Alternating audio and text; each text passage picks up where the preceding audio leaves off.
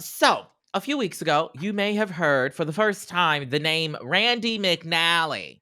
Okay. He is the lieutenant governor of Tennessee. And back in March, it was reported that McNally had used his Instagram account, the main one. He ain't had no Finsta, okay, to like and comment on what has been termed sexually suggestive social media posts of a much younger, absolutely homosexual man. A perplexing action to so many because one, he is married to a woman named Janice. Hey Janice, how you doing, girl? And two, Probably not good. well, how you? Well, mind my business. What ain't that the last segment? This ain't none of my business. Uh, Listen, and two, because Tennessee is the state that passed a ban on drag, the impact of which could stretch far beyond drag, right? And so it's like, oh, they was basically saying like, oh, you talking about how this, gay man, could, brighten up sunshine in your day and all of that, and yet y'all passing, anti-queer legislation.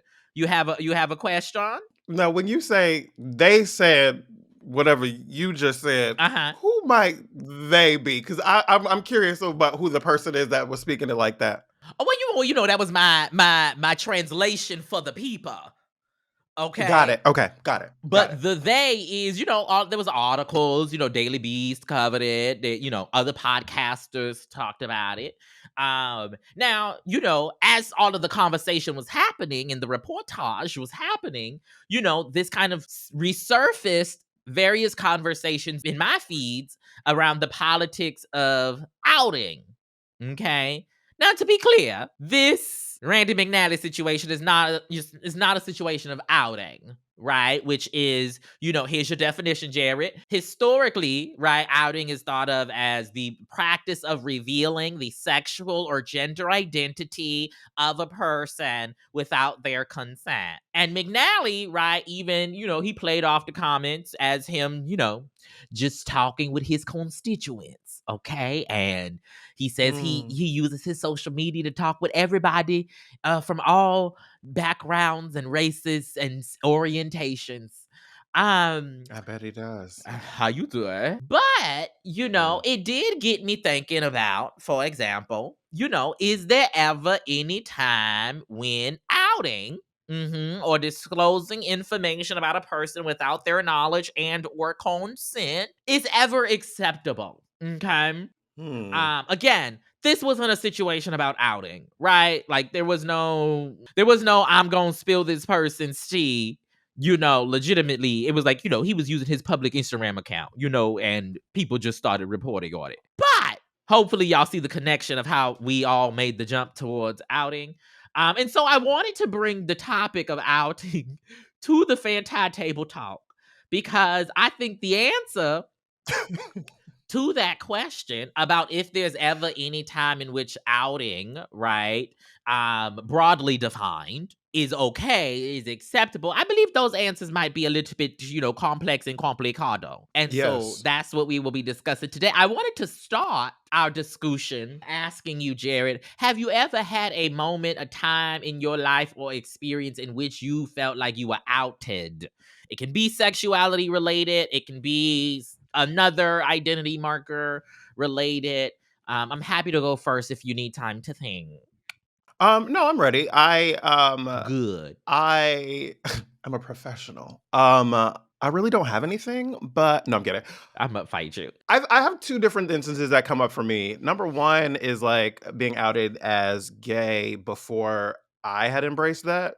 And I mean that like even in my teen years, right? And like people telling me that I was gay or calling me a faggot on the street, on the in the schoolyard or whatever, right? Like I feel like that's one kind that comes up for me that as a kid I remember before even knowing what that meant, and then after knowing what it meant and being and rejecting it or like trying to push it away or pray it away or act like it wasn't true.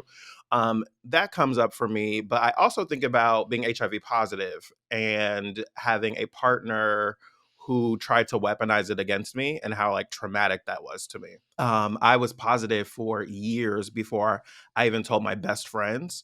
And so I had just told them within like a month before this even happened, not knowing that that was going to come in the way that it did. And like I had a partner who we'd had a fight and we broken up, and he was trying to use my status um as as a weapon to be able to kind of be coercive or be an asshole, really, in the moment. And like I remember, one, how unsafe I felt about the information not being mine, or not just being mine anymore, and like other people having it and being able to do something with it. Um, but I also just remember being really glad that I had outed myself in that instance, and told my friends about being positive and kind of dealt with that. But like the idea of someone having your information and being able to use it against you in that way is it's really scary and painful and hard. And that's what comes to mind for me when I think about a time that I was outed, almost outed, or like someone was trying to weaponize outing me. What about you? My situation, so my coming out, I was outed, which I think is slightly different than what you articulated with your situation. I'm talking about being like, I was in college. I knew that I was, not heterosexual at minimum. And my grandmama, she opened that closet door and kicked me right on out, honey. And and I think it's slightly different than what you articulated, right? Because similarly, I had grown up with people, projecting or articulating what they saw as some sort of queerness, right? Before I had the language or even identified or accepted those things. But I think part of outing, how I think of it, is the individual in question has to have like accepted it, realized it, like they see the truth of whatever the thing may be, and as opposed to, like, when we are prepubescent, many of us, we hear these words, but we're not thinking about, dipping it and doing it, with, whomever, what um and so, but we both mentioned kind of the gay part of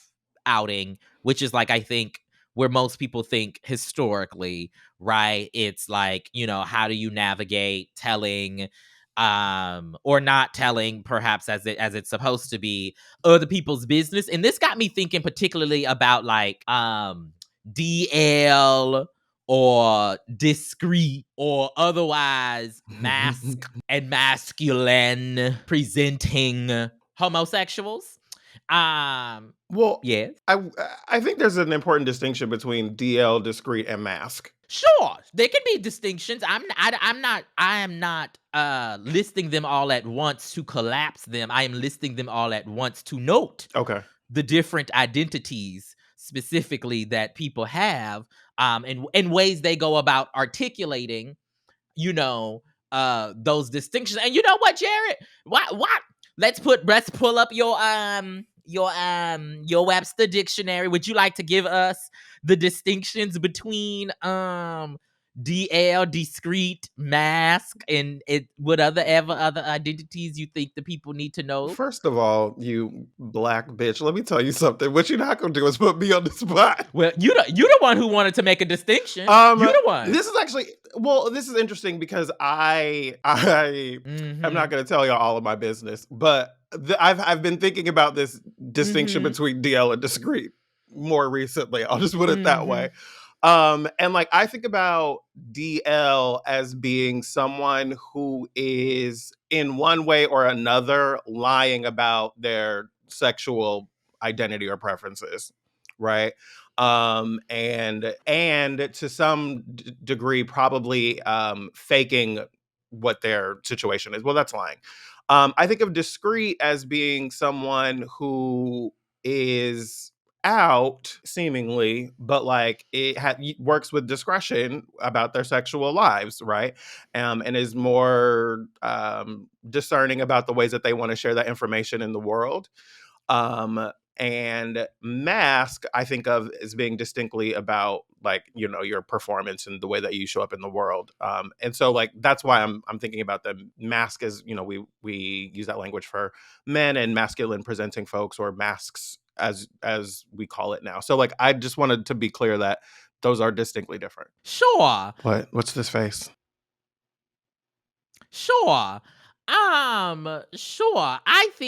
I do believe there is a difference in how folks employ that language. But this isn't an episode about the language choices that some of y'all employ. I was gonna say we might have to talk about that. Cause my God, today. But my point in bringing up this Wait, did I say something wrong? this group, this category of, I don't think you said anything wrong. I think you have articulated with great clarity how the people who use some of those terms for themselves would articulate the use of said terms. And I think that articulation could always be unpacked. But what I'm trying to say here, okay, this is a long way of getting to an example I had in my head, which was, like sometimes you go to a function. Now, I'm the type of person who, I can be in all different types of spaces. You ain't never gonna be sure where you see me. You might see me with, the masks, because everybody need a little fem energy to break up the room, okay? Everybody need a little something, something. But then you also see me, with the girls. I'm sorry, I looked away. What do we need? I missed it. Cut it out. I happen to be Cut on it another out. screen. This has been the longest intro to the FANTI section ever, okay? I know that's not true. Because I done wrote them, so I know they'd be long. Well, you do like to talk, absolutely. That was too much. Carry on.